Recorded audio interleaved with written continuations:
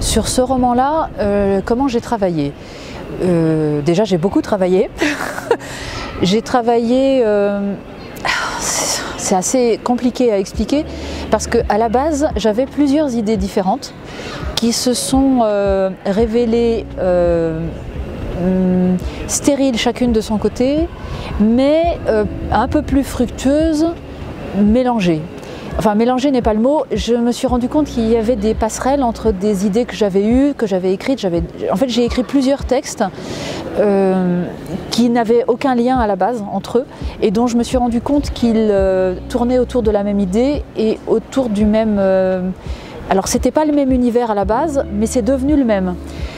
En fait, j'étais dans mon territoire d'écriture et je ne le savais pas. Et donc, j'ai compris comment ça fonctionnait.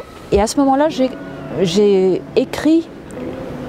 réécrit un premier texte qui était complet, si je puis dire, à partir de ces trois idées. Il y en a eu d'autres qui se sont ajoutées. C'était très mauvais. Donc, je l'ai réécrit. Complètement, en fait, en changeant le point de vue, en changeant le temps, en changeant aussi la personne. En fait, j'ai quasiment tout changé. Et c'était également mauvais. Donc, j'étais un peu désespérée. Et puis je me suis dit, bon, c'est pas grave, cette fois j'ai réfléchi, qu'est-ce qui était mauvais? Pourquoi ça ne fonctionnait pas? Et j'ai fini par penser qu'il y avait peut-être une autre solution, j'étais pas complètement convaincue. En fait, la solution était d'écrire à la première personne, ce que je ne voulais pas faire. J'avais pas du tout envie d'écrire à la première personne, ça ne me plaisait pas. Mais le personnage s'exprimait toujours dans ma tête à la première personne et sous mes doigts, c'était toujours à la première personne. Donc j'ai réécrit le texte à la première personne. Et là, ça a fonctionné. Les choses ont commencé à se construire, à se structurer.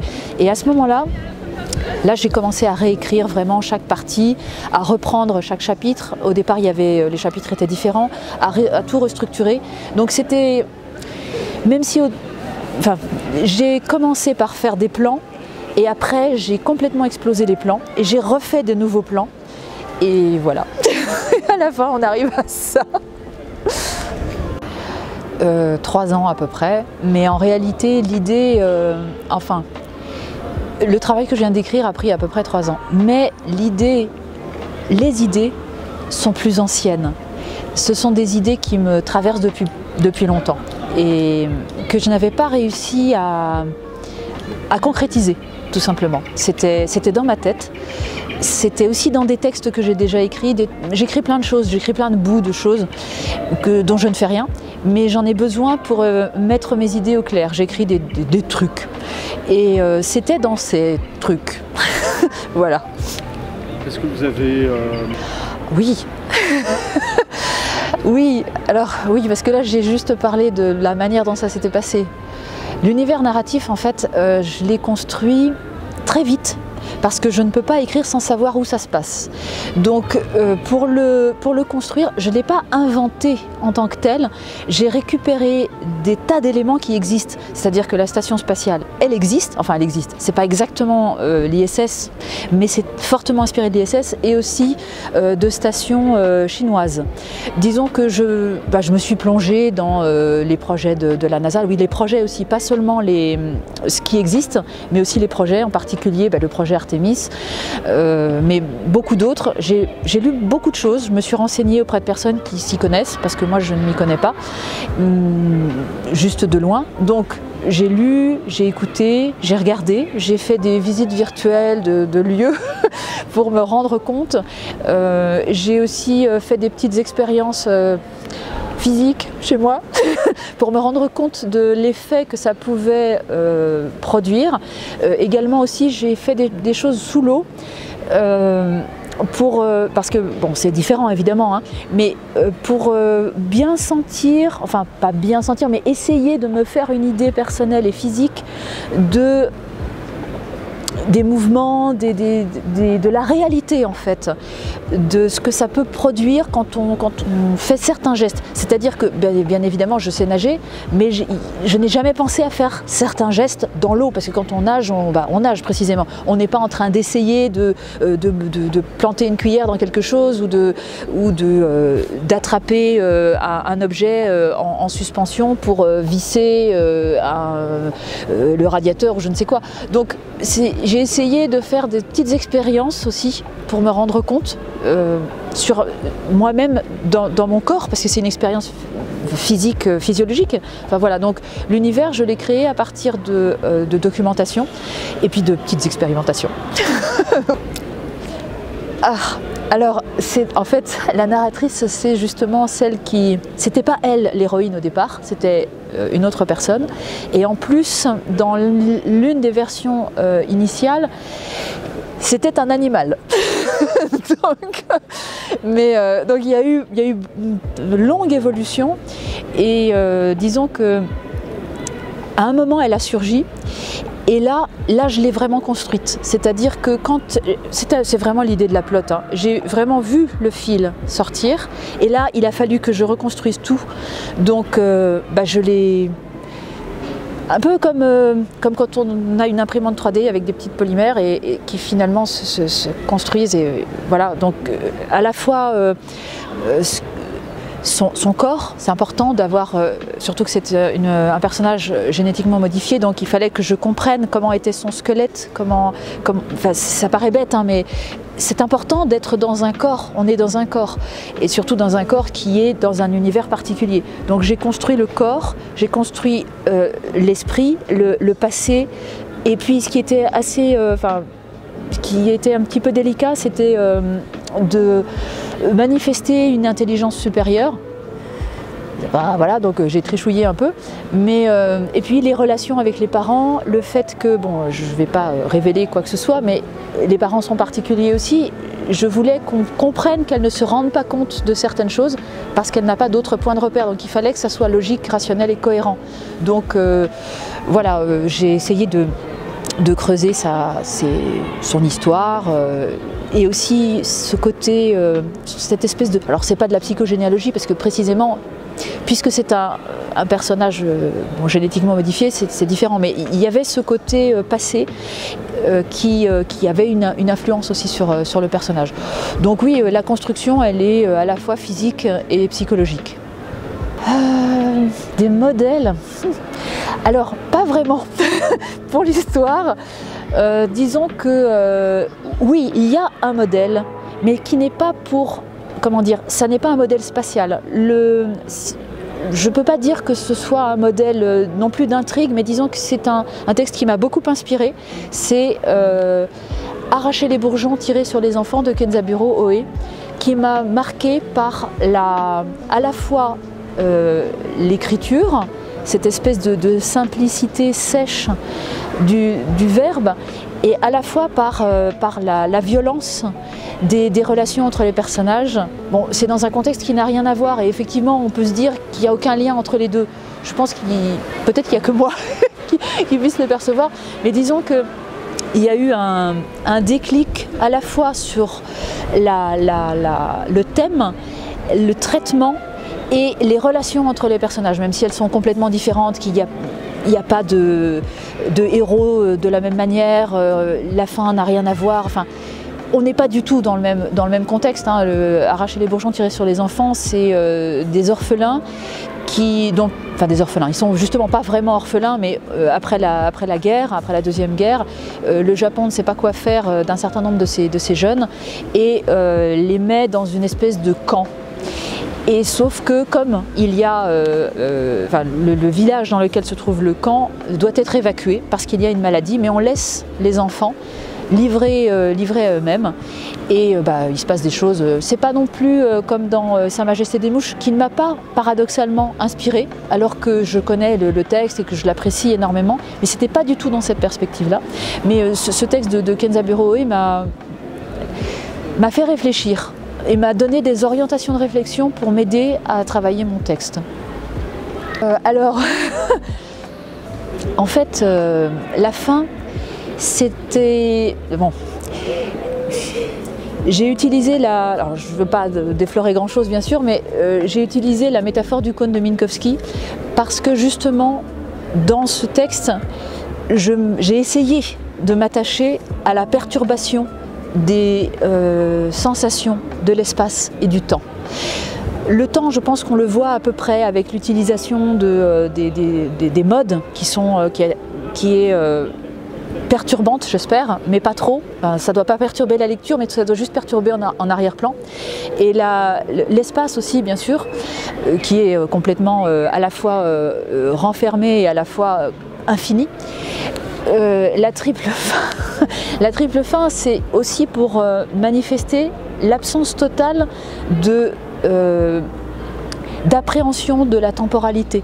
Je voulais que le lecteur perde la notion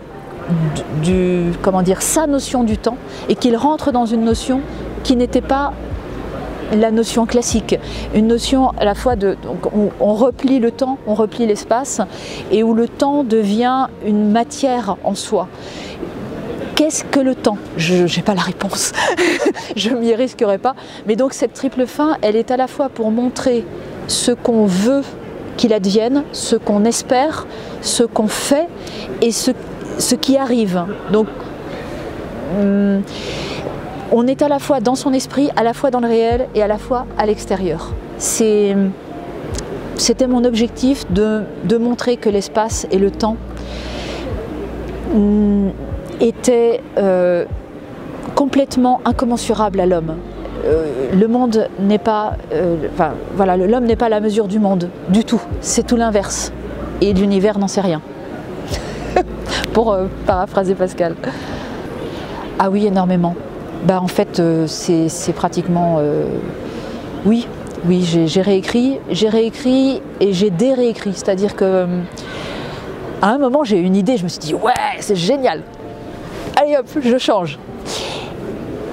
Je relis. Non, en fait, c'est pas bon du tout. Donc j'ai dû enlever tout ce que j'avais modifié. Ah, j'étais contente. Hein. Mais non, oui, je réécris beaucoup parce que ça n'est pas satisfaisant. Donc oui, je réécris beaucoup. Ah ben j'ai pas fini. Donc, je pense que j'en ai encore pour quelques années. Sans doute, je dirais, jusqu'à ma mort. Non mais c'est sérieux, hein, vraiment. Je n'ai pas l'impression de... je pense qu'on ne peut pas en faire le tour. Plus on apprend à écrire, plus on voit tout ce qu'on ne sait pas. Et franchement, ça va, il y a une belle marge de progression. Alors il y a des choses que je sais, bien sûr, évidemment, heureusement. Mais je pense, à chaque fois que je lis un texte inconnu, j'apprends quelque chose. Quand je lis un texte que je connais déjà, que je connais bien, que j'ai déjà lu plusieurs fois, j'apprends quelque chose. Donc non, je pense pas. Non, j'apprends encore. J'ai de la marge devant moi, oui. Alors, je ne vois pas comment moi, en tout cas, je pourrais faire pour écrire sans lire. D'abord parce que... alors, moi, j'ai un petit truc que je fais souvent. C'est quand je découvre un livre, que je découvre un style, ça, je ne sais pas pourquoi, je pense que ça fait ça à d'autres personnes aussi, mais moi, ça produit un effet. C'est-à-dire que j'ai envie d'essayer le truc que je lis. Donc, ce que je fais, c'est que soit j'écris un petit truc, comme je disais, j'écris plein de trucs, j'écris un petit truc, je me dis tiens, un peu comme les exercices de style de Queneau, et puis j'écris dans le style de l'auteur. Enfin, c'est pas la même chose évidemment, mais j'essaye. Et c'est un jeu en fait. Et ça m'amuse beaucoup. Et donc à chaque fois que... Alors je fais pas ça pour tous les auteurs, hein, puis il y a des auteurs pour lesquels j'ai plus ou moins envie de le faire. Mais voilà, donc oui, pour moi, lire, ça déclenche l'envie d'écrire. Et puis quand je lis un texte et que je suis en train d'écrire quelque chose, un roman, une nouvelle, peu importe, je le lis aussi autrement. Je vois quelque chose qui peut m'intéresser. Ah tiens, lui il fait ça comme ça quand il, je sais pas, quand il veut décrire quelque chose. Ou tiens, ces dialogues, il fait ça, il fait comme ça. moi je fais pas comme ça.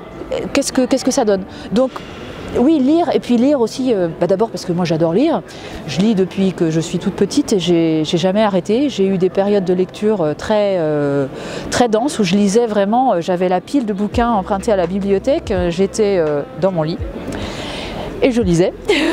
Je ne le fais plus parce que j'ai moins de temps et puis aussi parce que je trie davantage mes lectures. Parce qu'il y a tellement de choses, je sais que je rate des choses, mais tant pis, c'est pas grave. Donc je lis et ça me donne des idées, ça me permet de... Enfin, c'est une super machine à échanger le livre. On est avec un auteur qu'on n'aurait jamais pu voir autrement, qu'on n'aurait jamais pu rencontrer. Et oui, pour moi, lire, c'est à la fois se faire plaisir, c'est penser, c'est rêver, c'est trouver aussi... autre chose, c'est une rencontre. C'est complet pour moi, la lecture. Oui, j'adore me former à l'écriture. Donc, je trouve ça passionnant. Quand j'ai compris que ça existait, mais ce jour-là, ma vie a changé. Parce que, bon, déjà, je ne savais pas qu'il y avait des manuels d'écriture, donc j'ai commencé par en lire plein. Je me suis formée, la première formation que j'ai faite, c'était sur le scénario. Parce que j'en avais pas trouvé sur le roman, ni sur la nouvelle. J'avais vu des ateliers d'écriture, mais c'était pas ce que je cherchais. Donc, j'ai commencé par ça et je me suis pas arrêtée parce que il y a toujours, il y a toujours quelque chose à apprendre. Et puis, l'avantage des formations à l'écriture, pour moi en tout cas, c'est que ça me fait réfléchir sur des sujets spécifiques. Moi, je suis une grosse consommatrice de formations de tout genre parce que ce sont souvent des auteurs qui les donnent et ils écrivent autrement que moi. Donc, alors, il y a plein de choses que je sais dans ce qu'ils disent, mais ils le présentent différemment. Donc, ça m'intéresse. Et moi-même, je propose des formations aussi à l'écriture, je fais des ateliers d'écriture. Et quand on explique quelque chose aux autres, on apprend encore aussi soi-même différemment. Donc ça va dans les deux sens. Et en plus, bon, j'appartiens à un groupement d'autrices où on s'entraide, on discute. Et pour moi, c'est fondamental. Là, on va faire une retraite d'écriture ensemble. On se parle, on parle que d'écriture. C'est une sorte de formation aussi, mais parce que bon, d'abord, avec qui est-ce qu'on peut parler d'écriture sinon avec des écrivains? Parce que c'est vrai que sinon ça saoule l'entourage qui n'est pas aussi intéressé que nous. Mais voilà, pour moi, c'est fondamental de pouvoir échanger, de pouvoir se former, de pouvoir écouter d'autres manières d'aborder quelque chose qu'on connaît, parce qu'on croit connaître et en fait, il y avait un triple fond. Donc oui, pour moi, les formations à l'écriture, les échanges, c'est passionnant et c'est fondamental. Déjà, le premier conseil, alors c'est super original, c'est de lire et d'écrire. Personne n'a jamais eu cette idée avant moi. Et je dirais, moi je dirais lire, alors peut-être aussi n'importe quoi, parce qu'on peut faire son miel de tout. Mais par contre, il faudrait lire avec un regard particulier, en se disant, bon, pourquoi j'ai aimé ce truc? En gros, c'est ça. Moi, je pense que la première chose à faire quand on écrit et qu'on n'a jamais écrit, c'est de se demander ce qu'on aime et ce qu'on aimerait soit écrire. Donc prendre modèle sur ce qu'on aime, parce qu'il faut partir de quelque chose. Si on part bille en tête, on risque de s'arrêter au milieu du gué. Donc la première chose, ce serait ça, lire des auteurs, des grands, des auteurs qui ne sont pas considérés comme grands, même des fois lire des trucs, tout. Pour moi, il n'y a pas vraiment de différence. Et écrire, bien sûr, parce que bon, pour écrire, il n'y a pas de meilleure manière que d'écrire pour l'apprendre. Et puis moi, je proposerais des lectures de manuels d'abord. Mais ça, c'est personnel. Je sais qu'il y a beaucoup de personnes à qui j'ai conseillé des manuels d'écriture qui ont trouvé ça trop ardu, trop aride, trop sec, qui ont besoin de contact, de quelqu'un qui leur parle. Donc aujourd'hui, il y a plein de formations, soit en présentiel, soit par des podcasts, Allons-y, franchement, il y a l'embarras du choix, il y a plein de choses bien, il y a plein de gens qui font des choses très originales, des choses pour les débutants, d'autres pour des auteurs plus confirmés. Mais moi, j'aime beaucoup apprendre dans un livre. Voilà, donc j'apprécie aussi beaucoup les autres, hein, mais le livre a été fondateur chez moi, donc les classiques, l'anatomie du scénario de Treby, les deux Lavandier, la dramaturgie et construire un récit, les classiques je dirais, mais ces deux-là me paraissent particulièrement fondateurs.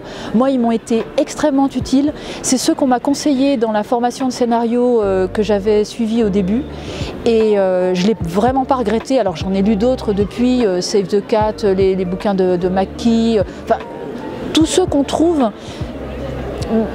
Je pense que déjà avec le Treby et le Lavandier, on est bien. On a de la matière. Bien sûr, mais c'est déjà le cas. Je pense que moi j'ai déjà essayé. J'ai regardé, bon j'ai été un petit peu déçue parce que bon, mais oui bien sûr. À mon avis, il y a plusieurs plusieurs domaines. Le premier, c'est bien sûr pour des textes qui sont formatables, c'est-à-dire des textes qui ont des structures récurrentes. Ça peut être, quel que soit le genre, hein, parce qu'on peut écrire des textes avec structure récurrente aussi bien dans, je sais pas moi, du polar que de la romance ou pourquoi pas de la SF aussi.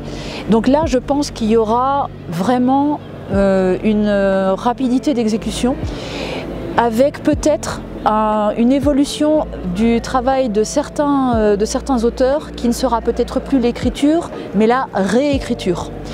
Et oui, moi je vois ça assez bien. Par ailleurs, il peut y avoir aussi ça peut servir contre la peur de la page blanche. Moi, j'ai jamais eu cette peur, mais je sais que c'est très fréquent. Donc là, on a peut-être des débuts, ça peut être, je sais pas, un premier chapitre, et puis après, on se lance. Donc oui, je pense que ça aura forcément, les intelligences artificielles auront forcément un impact. Et puis honnêtement, je ne me sens pas capable d'anticiper vraiment profondément dans le réel ce qu'elles peuvent produire. Je peux anticiper dans la fiction, mais dans le réel, le nombre de paramètres est vraiment très important parce que ça va impacter toute la chaîne du livre, c'est évident. Il va y avoir je sais pas, peut-être qu'on va avoir des showrunners, enfin je sais pas comment dire ça, des bookrunners pour avoir des collections, des collections entières qui seront consacrées à ça. Les lecteurs vont peut-être être un peu surpris au début, mais est-ce que ça risque de formater la lecture, c'est-à-dire les attentes des lecteurs, quand on peut avoir des lecteurs qui pourront éventuellement être habitués à quelque chose d'assez formaté et qu'ils peuvent apprécier, parce qu'il n'y a pas de raison, on peut apprécier des choses formatées. Est-ce que ça va changer l'écriture des auteurs qui vont vouloir écrire en dehors du formatage?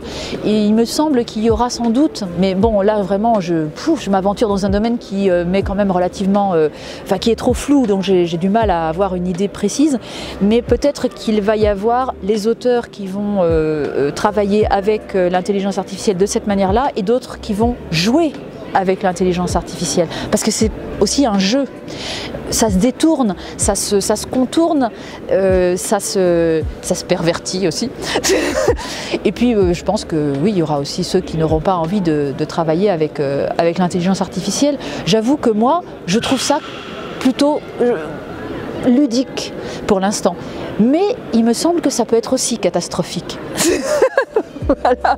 Donc je ne sais pas s'il faut être optimiste ou pessimiste, mais bien sûr, l'avenir sera surprenant, ça c'est sûr.